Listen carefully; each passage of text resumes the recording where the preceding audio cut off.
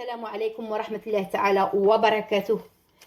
كولينا رئيس لجنة التحكيم في الفيفا يثور غضبا في الحكم المكسيكي ويعترف بظلم المنتخب المغربي أمام المنتخب الفرنسي، وينتصر للمنتخب المغربي ويتخذ قرار هام، ويقول: للأسف الشديد ما زال هناك حكام في الفيفا يكيلون بمكيالين. واللي شفناه من الحكم المكسيكي راموس اللي أدار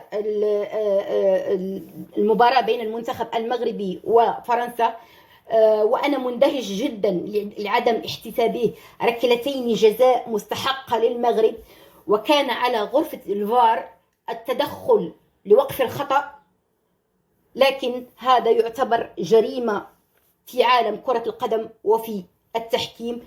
وسوف أفتح تحقيق شامل مع هذا الحكم المكسيكي المرتشي ومع حكام غرفة الفار بسبب المؤامرة اللي عملوها على المغرب في هذه المباراة، وأقصوا منتخب المغرب بالظلم. وسوف يستبعد هذا الحكم والحكام اللي في غرفة الفار من المباراة النهائية ومن أي مباراة أخرى للفيفا لحين الانتهاء من هذا التحقيق. في الأخير انتظروا. السلام عليكم.